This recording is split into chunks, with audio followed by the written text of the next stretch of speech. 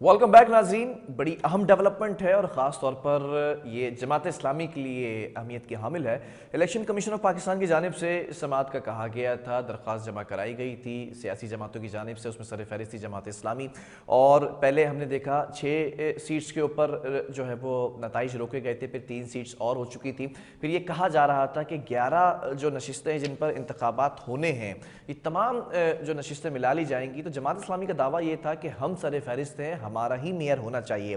फिर सईद गनी की जानिब से भी ये कहा गया था कि जो इस वक्त ज़मीनी इंतखाबात होने उससे पहले ही मेयर का अमल मुंतखब जो है वो करा लिया जाए, मेयर को मुंतखब करने का अमल।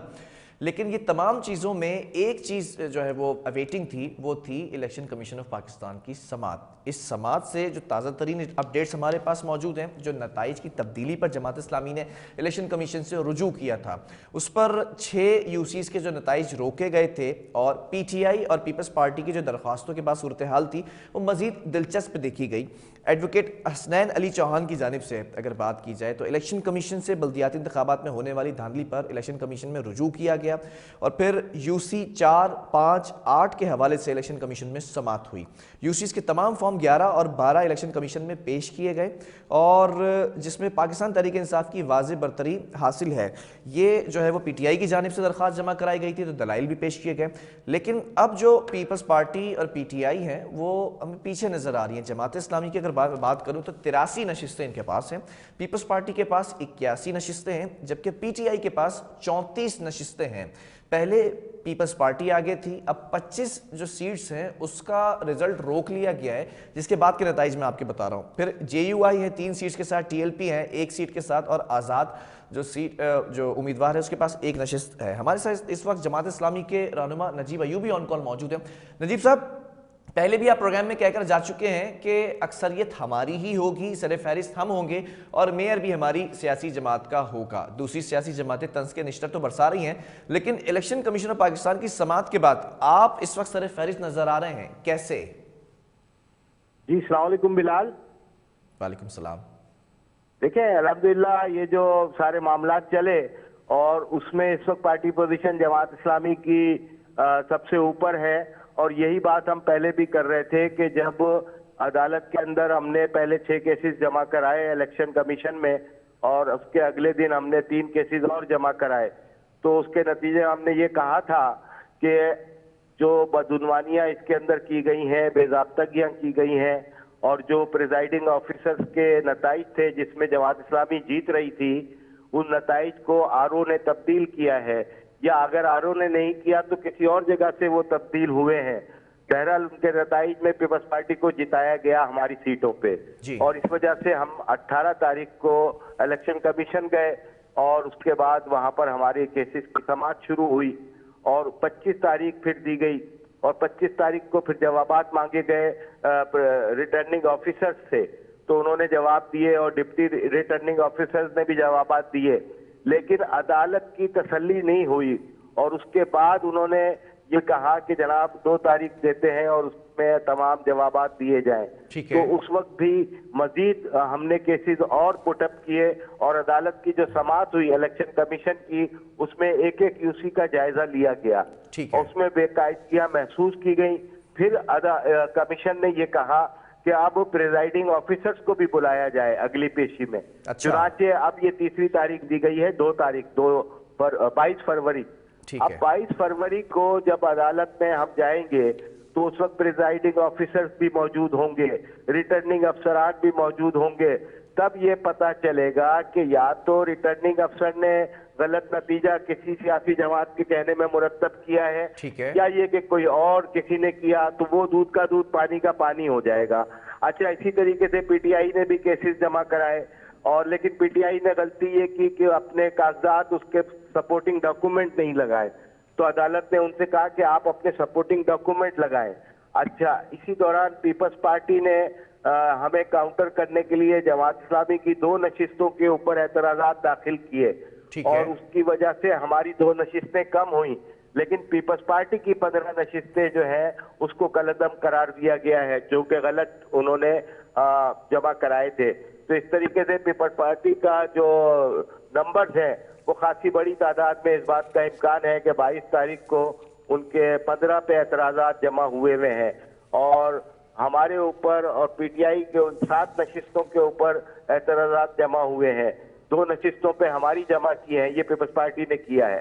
तो अब जब सामने मामला आएगा तो इस वक्त भी जमात इस्लामी अल्हम्दुलिल्लाह बरतरी की पोजीशन में तो है, सबसे नंबर 1 पार्टी है और वाजे तौर पे हम 104 के करीब इंशाल्लाह पहुंच जाएंगे, जिस तरीके की अदालत के अंदर हमारे केसेस की सुनवाई हुई है। चलें, ठीक है, बहुत शुक्रिया। नजीब अयूब साहब हमारे साथ मौजूद है। जमात इस्लामी की जानिब से आप देख रहे हैं कि 22 फरवरी को जो इलेक्शन कमीशन की जानिब से समाअत होगी इन दरख्वास्तों पर, तो उसमें नतीजा क्या आता है। अभी तक के जो नताइज हैं उसमें जमात इस्लामी सर फहरिस्त नज़र आ रही है।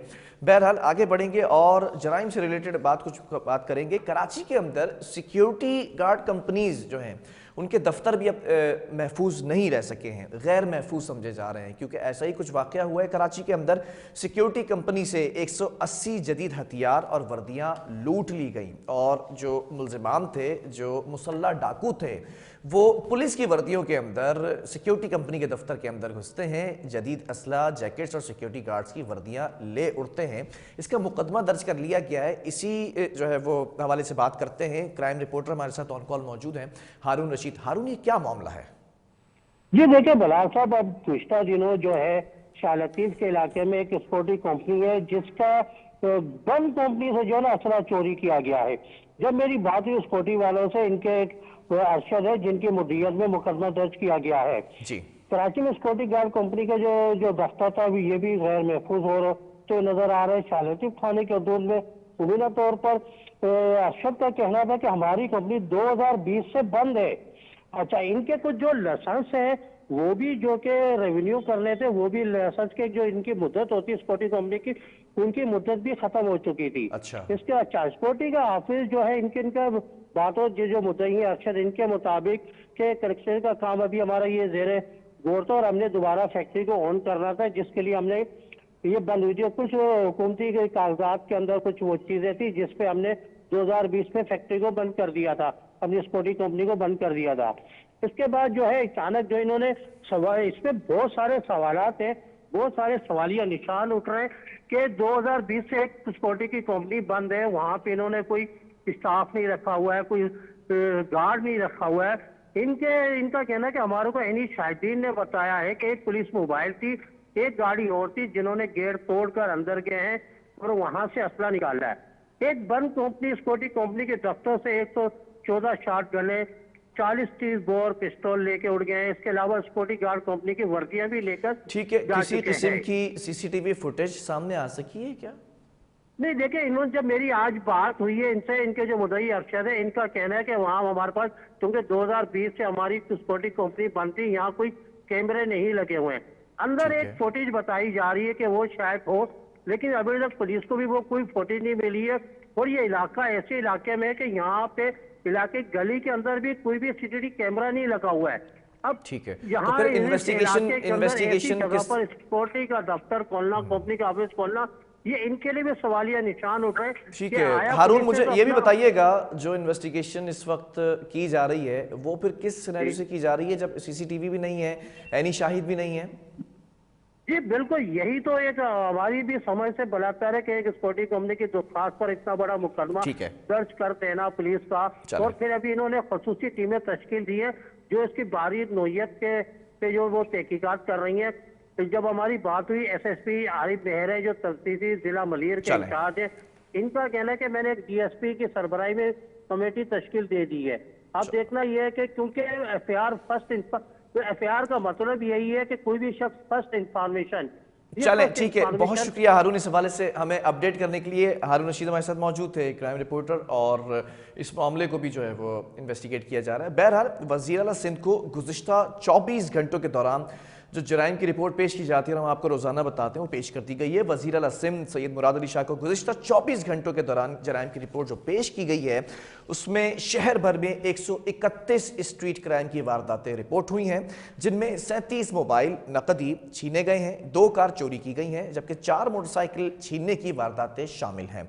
गुज़िश्ता 24 घंटों के दौरान पुलिस और जराइम पेशा अफराद के दौरान 4 मुकाबले रिपोर्ट हुए हैं, जिसमें से 7 जराइम पेशा अफराद को जख्मी हालत में गिरफ्तार किया गया है, जबकि 11 स्ट्रीट क्रिमिनल्स को रंगे हाथों गिरफ्तार करने की रिपोर्ट भी शामिल की गई है।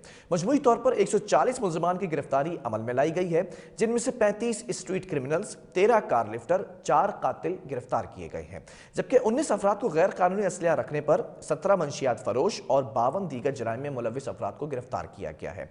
पुलिस ने मुख्तलिफ कार्रवाइयों के दौरान 22 गैर कानूनी असलहा, 8 किलो चर्स, 5 किलोग्राम आइस बरामद की है, जबकि 9 चोरी के मोबाइल फोन्स और 19 मसरूका मोबाइल मोटरसाइकिल्स बरामद की गई हैं। ये थी आज की वो रिपोर्ट जो वजीला सिंध को पेश की गई है। प्रोग्राम का वक्त खत्म हुआ है। अल्लाह हाफिज।